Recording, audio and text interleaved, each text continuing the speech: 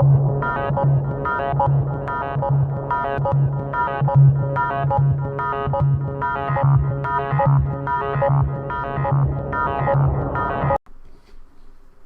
you want facts? I'll give you facts. Oh, don't you worry. I'll give you facts, dude. This isn't just conjecture, it's facts. The Indian military is one of the best in the world, ranked at number 4 on the scale of total military power. Within the Indian military, the Marine Commandos are very elite and are among the best of the best in the entire world.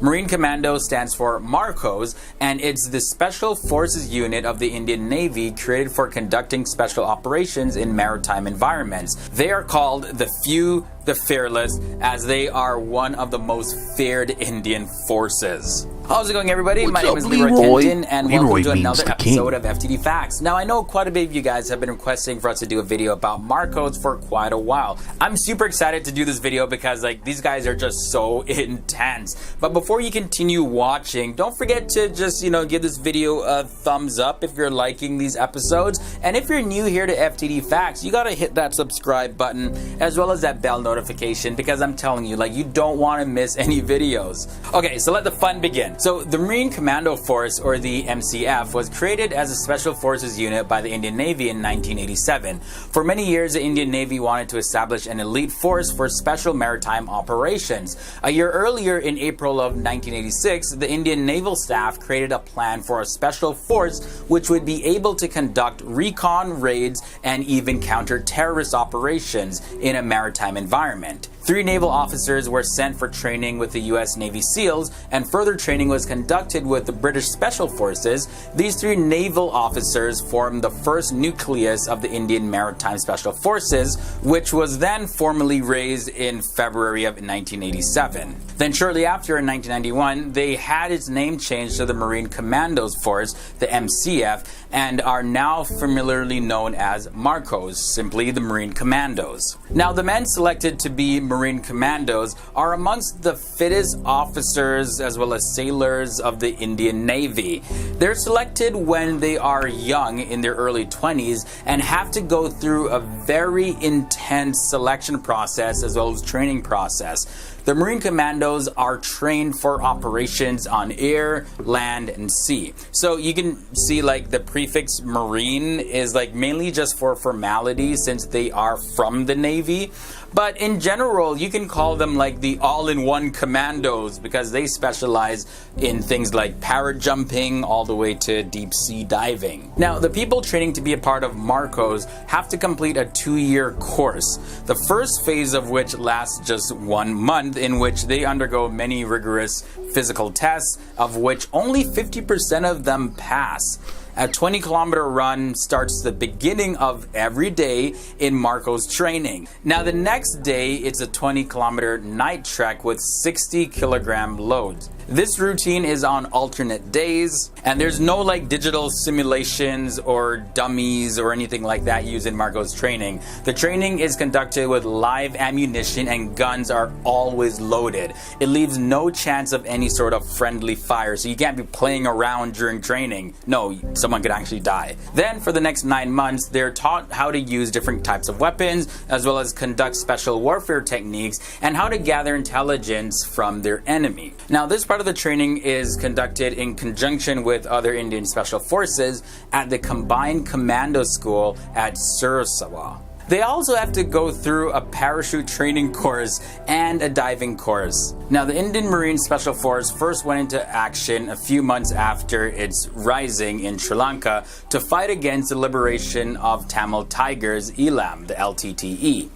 In November of 1988, mercenaries of the People's Liberation Organization of Tamil Elam, which was a party used to oppose the LTTE, they attempted a coup in the Maldives, and the Indian Armed Forces quickly began an operation to re-establish the former government. Under the code name Operation Cactus, Indian paratroopers on November 4th, 1988, swarmed the capital. However, 46 mercenaries with 27 hostages, including the Maldivian Minister of Education, they all managed to escape on board a merchant ship, until 2 Indian Navy vessels were able to capture it. So let's fast forward from that fact to Marcos today. Now, the strength of the unit is a very closely guarded secret. However, sources say that the number could be close to 2,000 operatives and 10 groups of 200 personnel each. However, sources say that that number could be close to 2,000 personnel in 10 groups of 200 personnel each.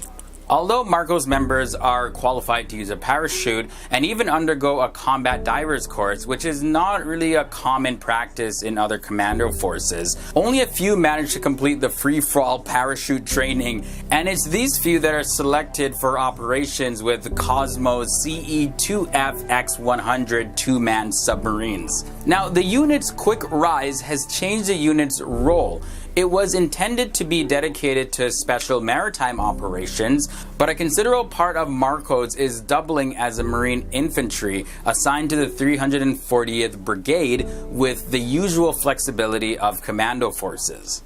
Marcos has also been very active in Kashmir as part of the counter-terrorist efforts. Their main task is to control the infiltration of enemies from Pakistan to Kashmir through the Jhelum River and Wular, a 65 square kilometer fresh lake. Now, did you know that Marcos are widely feared among terrorists who call them Didwala Fauj, meaning the bearded army, because of their bearded disguises that they wear in civilian areas. And these Marine commandos can be launched into operations from ships, aircrafts, and submarines, as I mentioned earlier, and YouTube. in full It can be launched combat from gear. YouTube. Their transport vehicles consist of HAL Druv, Westland Sea King, the HAL Chetak helicopter, all-terrain vehicles, ATVs for short, and the Indian Navy Swimmer delivery vehicle.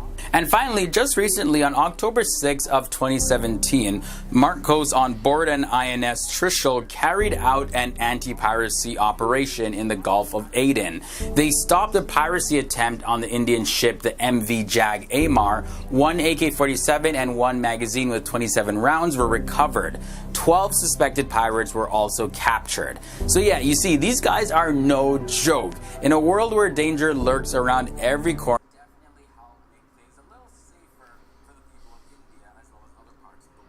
Why Zag, baby?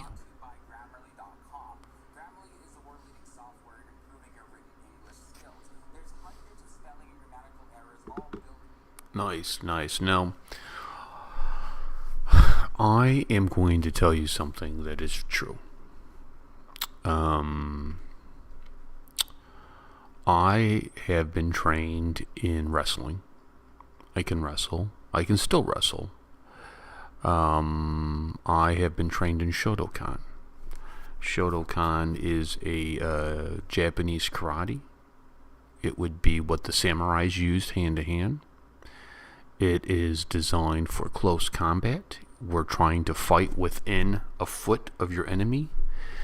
I have been trained in weapons. I've been trained in nunchucks.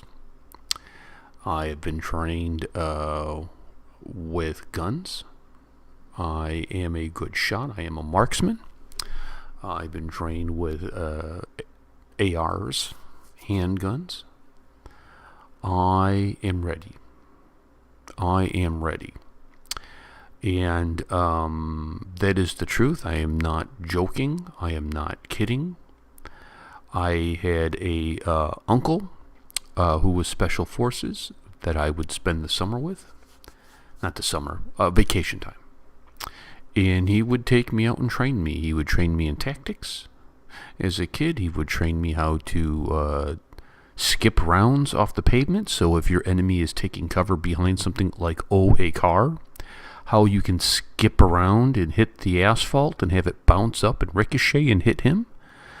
How to double tap. He is Uncle Steve.